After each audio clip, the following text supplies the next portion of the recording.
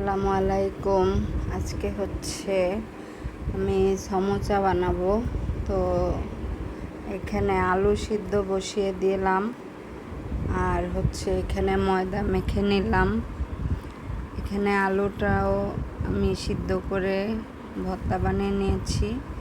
তারপর হচ্ছে পেঁয়াজ ভেজে নিলাম।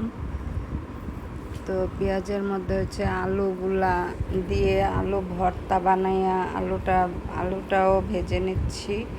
এর মধ্যে হচ্ছে আমি লবণ, তারপরে হচ্ছে চিলি ফ্লেক্স এগুলা দিয়ে নিলাম, দিয়ে ভালোভাবে ভেজে নিয়েছি। তার মধ্যে দিয়ে দিলাম ঘরে থাকা গরুর মাংসর ঝুরা। তো এদিকে আমি রুটি বানিয়ে হচ্ছে সবগুলা যে পুর দিয়ে বানিয়ে নিয়েছি। তো এখন ভেজে নিব। তো কড়াইতে তেল দিয়ে দিলাম, তেল দিয়ে হচ্ছে আমি সবগুলা ভেজে নিচ্ছি।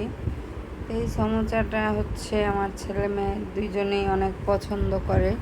ওরা রাতেরবেলা ভাত খাইতে চায় না, তাই হচ্ছে এগুলো একটু ভেজে ওদেরকে দিচ্ছি। এখানে অর্ধেক ভাজা হয়ে গেছে, এখানে বানাচ্ছি। তো এই যে ভাজা হয়ে গিয়েছে, দেখেন কত সুন্দর হয়েছে। আরও দিয়েছি কড়াইতে। তো এইভাবেই আমরা এখন খাবো। সবগুলা ভেজে নিলাম। ভেজে নেওয়ার পরে আরও অনেক পুর রয়ে গিয়েছে, এই যে এটা পরে করবো। আল্লাহ।